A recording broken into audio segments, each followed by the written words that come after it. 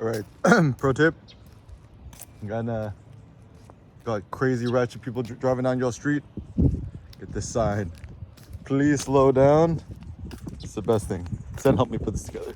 Drive like your kids live here. Skin in the game. Hashtag Nassim Taleb. All right. Or you could just steal a traffic cone from the street. All right. So some turbo thoughts.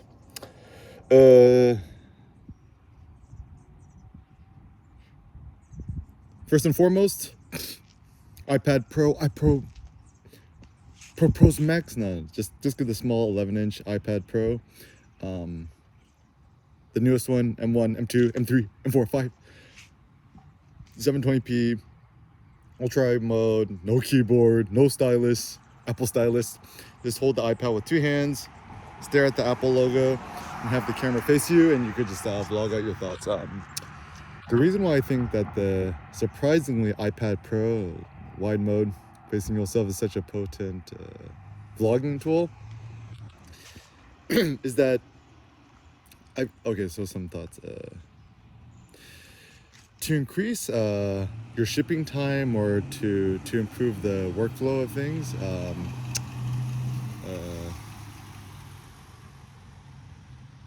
like if you shoot on just a standard digital standalone camera, right, and then you have to import it to your computer, laptop, SD card, whatever's, there's always the time it takes to transfer the files, and then on top of that you still got to upload the thing, so it's just kind of a lot of waste of time. The nice thing about shooting it directly on an iPad Pro M chip instead of iPhone Pros, the M chip is still probably going to be like at least 100,000x times faster than the iPhone Pro, even the newest one. And then there's no transfer time because it's already on your device. I think the best way to think about like an iPad Pro, imagine like a MacBook, like a laptop on steroids without all the nonsense. So if you think about it, the iPad Pro specifically is like the ultimate minimalistic tool because it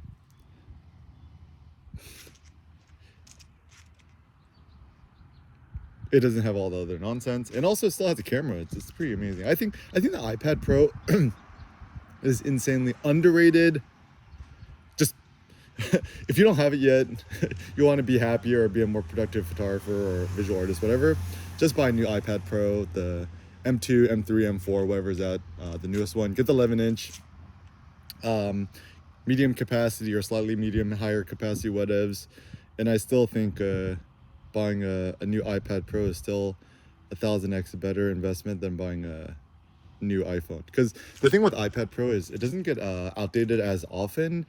And because it's still a pretty niche product within the Apple lineup, I think the Apple engineers, shout out to the Apple iPad team, y'all's the one, it doesn't get outdated as often, and the form factor has more or less been perfected, so there's gonna be no big surprises here.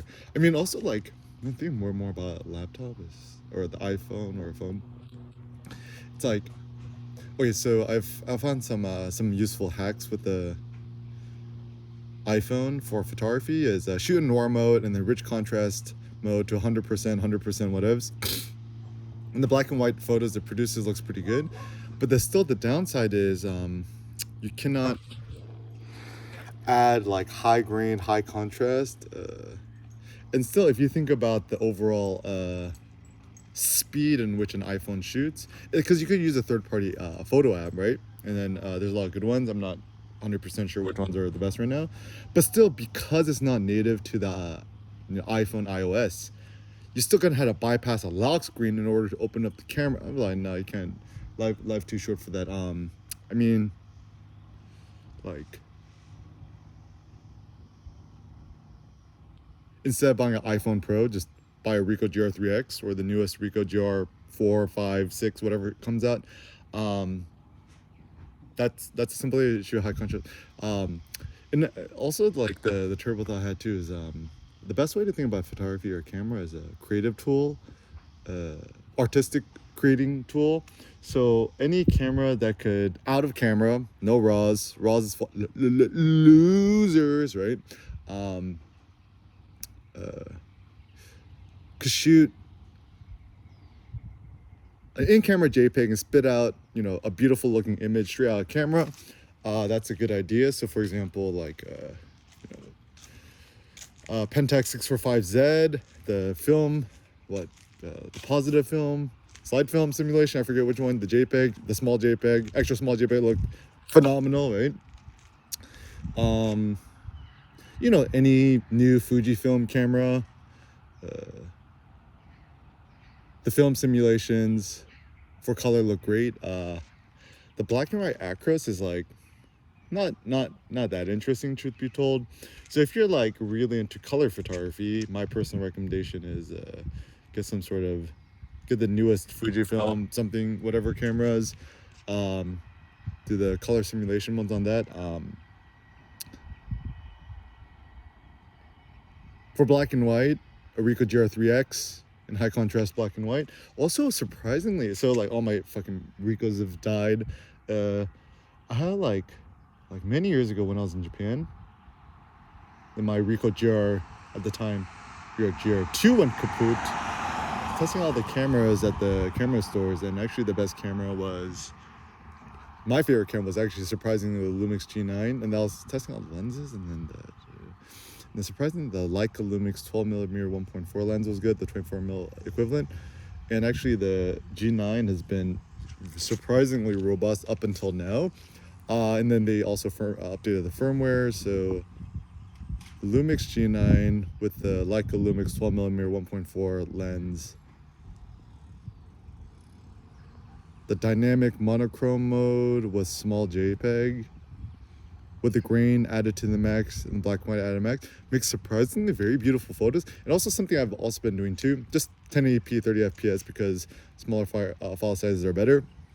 Actually shooting more video, like just videos of Sen playing in the in the bathtub, or playing with Cindy, or rolling around in bed. And actually I think maybe like something we haven't figured out yet is kind of, especially more for like us hobbyists, passionate, amateur videographers, video shooters, right? Photo videoers, is like you shoot a lot of short video clips, kind of like more like 30-second to 1 minute long videos of a kid playing or something. It's like, what can we do about it? What can we do with it? I mean, you don't really want to put on YouTube because that's like, it's almost too personal. You could iMessage it to your family, and that's fun, but then it doesn't really go anywhere meaningful. I mean, I guess you could put on VideoPress. My WordPress site is what I do, but like that's not still portable. So maybe the future of media needs to be more about like imagine a Flickr, but that's specifically for video, right? Maybe this will be my new entrepreneurial venture. Maybe this will be ours Alpha or whatever. So that's some thoughts. Okay, so some other thoughts. Test drove a Tesla Model Y dual motor, just white, the other day, and I was pretty excited. Cindy's dad got one. I pulled out. I'm like waiting for a good moment. I'm like, oh, actually feel good. I'm like, oh, it's cool. I test drive your car. He's like, yeah, sure. Here's the key. Okay, so he gave me that Tesla Valet key, right? The black one, the facing wallet. I'm like an idiot. I'm like, how the fuck do I open up this car? And then I'm like look at the diagram. I don't get it. Because actually, Tesla, you guys are watching this. The confusion I had was the key. It's not intuitive that you put it up next to the camera on the A-frame pillar. Like apparently with the Tesla key, right? You're supposed to push it up against here, but I actually thought the diagram was showing that you put it up against the dashboard. So I was super duper confused. It took me like 10 minutes to finally figure it out and test drove it, right? So some basic thoughts. First let me praise the virtues. Tesla Model Y, and this is just a dual motor, it's not in performance. You step on it from zero, it's so effing fast. It's like you're in a fucking rocket spaceship. It's pretty like insanely phenomenal. And this is even like somebody who's driven manual transmission sports cars his whole life, and been inside my friend Don's Porsche 911 GT3 RS accelerating from 0 to 60. The all naturally aspirated engine, revving to like close to 8,000 RPMs, which is effing cool. But I could imagine the Tesla Model 3 performance, Tesla Model Y performance, or Tesla Model S Plaid, or even maybe X Plaid. I'm sure it's going to be like pretty insane. But then the funny thing too is like in modern day life, like how fast do you really need to accelerate? So I guess when you're accelerating to the freeway, especially in Orange County, LA, Southern California, it's useful. Or you're trying to like merge on the freeway or cut somebody off. I guess the fast acceleration is good. So I don't know, I might test drive a performance just because I'm curious. But anyways, the Tesla Model Y, I personally, long story short, I didn't really like it. The rear view mirror to see behind you, it's like super tiny, can't see shit. The overall, like, it's funny because like the Tesla Model Y, right? I think the design is great for what it is. But if you really like scrutinize, look really close in the interior and the exterior material, like it feels really cheap. Like, okay, so for example, on the Tesla, right? This wheel area here, right? That area here. They add like this like cheap layer of like plastic to the edges. And my brother-in-law John Narciso told me is like a lot of compact SUVs do this as a form to give you the illusion that the car looks like it's higher up. Or maybe it just protects the car from like chips and stuff. But I'm like, nah, just make it like, just paint it, right? Because it's still just like that plastic trim, so ugly, right? And that's not only on the Tesla Model Y, it's also on Tesla Model X. And I wonder if I'm the first one to figure this out. Tesla Model X is essentially a Model S on steroids, like lifted with the wings that do this, right? So that I personally hate. And then also, if you really look closely at the paint job, Tesla Model Y, even just the white one, like, it just doesn't look that nice, right? Anyways, you step inside, and then you're in the cockpit. Like, the interior, the design is cool. I first of all, Tesla, man, y'all got I tell you what's up. Eric at erickim.com. Just hit me up. That fake wood trim has to go. Just make it black. Or if it's gonna be a fake wood trim, just make a fake black wood trim, right? I have no idea why they do it, because like it just looks so cheap. It's like, you know, you go to IKEA when they got the cheap plastic furniture that tries to look like something else, or like old Asian households. If you think about honesty and purity of materials, something shouldn't pretend to be something. So let plastic be plastic, let wood be wood. Don't make fake plastic look like wood. That's kind of disingenuous. So honesty of materials. Point I learned that from my friend Sean McPherson, professor. Also, I think he worked on Larry Ellison's like $100 million Japanese Zen home. So then I guess you could get the white interior. But then the issue with the white interior, you got kids. Of course, your kid's gonna step all over the white seats and get your seats super dirty and super ugly. So just make everything just straight black. It's going to be a lot nicer. So back to the Model Y. The funny thing with the whole compact SUV thing or SUV thing is like you're kind of higher up and you can see more of the road. I personally hate that feeling because like the closer I am to the ground and to the street, I feel more safe and comfortable actually. So I guess I've never liked SUVs or compact SUVs or driving, but even my friend Chris, he bought a new Audi Q3 and driving it, like, I mean, like, I think the design is great and it's a cool car, you know, design is super cool. I like the interior, but like driving around the mountain, curving around higher up, I just don't like. I think physics wise, closer to the ground is better. So the whole elevator thing, I don't really like it. Also in terms of space, it's like not that big inside. Like my mom's old 2009 Hyundai Sonata is actually even bigger. Another pro tip: don't put no tints on your windows. Tints is for loser. Yeah, so even like this old ass like Sonata is like wider, right? So, yeah. I'm like, is this an old Sonata like almost as big as Tesla Model S? Maybe. Because like I was like trolling Craigslist for used Teslas, right? It looks like a lot of people sell their Tesla Model 3s because they're just like, I just had a kid and then I bought a Tesla Model 3, but I realized it's too small, so I'm selling this and get Model Y, which is actually not even that much bigger. So it's like, who buys a Tesla Model Y or Model Y Performance? it's actually really funny. It's like guys, family members, it's like who want a performance car, and then they cannot yet afford a Tesla Model X or a Model X Plaid, and so it's like I'll get the Model Y Performance instead, right? It's just like a small Honda Odyssey that goes really really fast, but yeah, and overall just the ride. I mean, like it's okay. I mean, I'm not driving an EV car. To me, as a gasoline driver, still feels super weird and jarring. But I heard get used to it. I haven't really tested the basic autopilot stuff on the freeway yet, so I can't really speak about that. I mean, I still am super fan, Tesla Elon Musk fanboy till I dies. I think in terms of stock, yeah, just go on Tesla. Once the Cybertruck comes out, it's gonna be silly.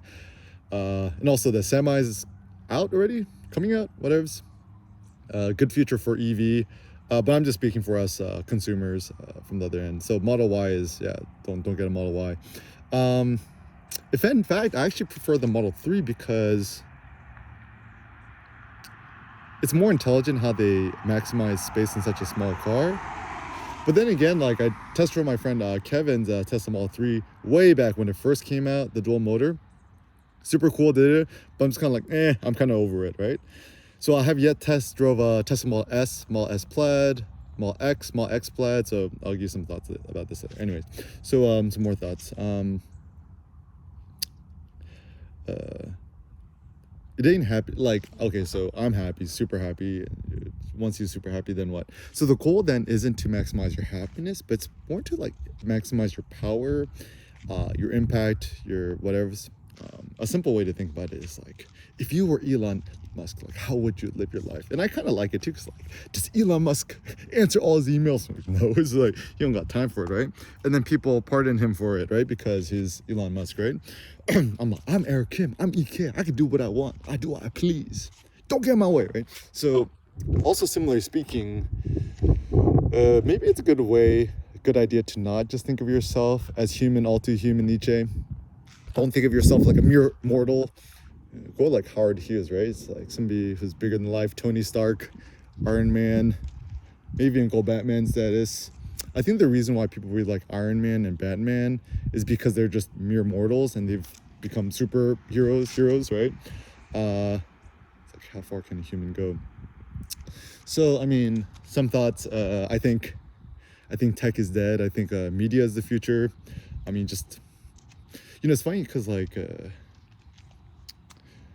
went to the movie theater the other day and just using the bathroom and playing with the arcade with Sen.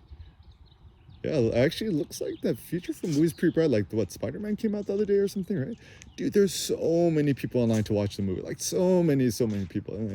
Tom Cruise has a new movie, new Fast and Furious, like all these new movies, right? So it looks like media is the thing that binds all of us together. Think about Star Wars and stuff like that. So I think the future is very bright for media, media production. And then the question is, media for the sake of what? Like, do you want to create a Hollywood blockbuster and make like $500,000? Like even the new Mario movie looks pretty, like what? It netted like almost $500 million, $500 million. And I was actually watching the trailer. I don't have time for movies no more. The trailer looks super cool. John Wick 4 came out. Haven't watched it yet. I'm waiting for it to stream it because I don't got time to step into a movie theater anymore. If I have any free time, it's hitting the gym and becoming a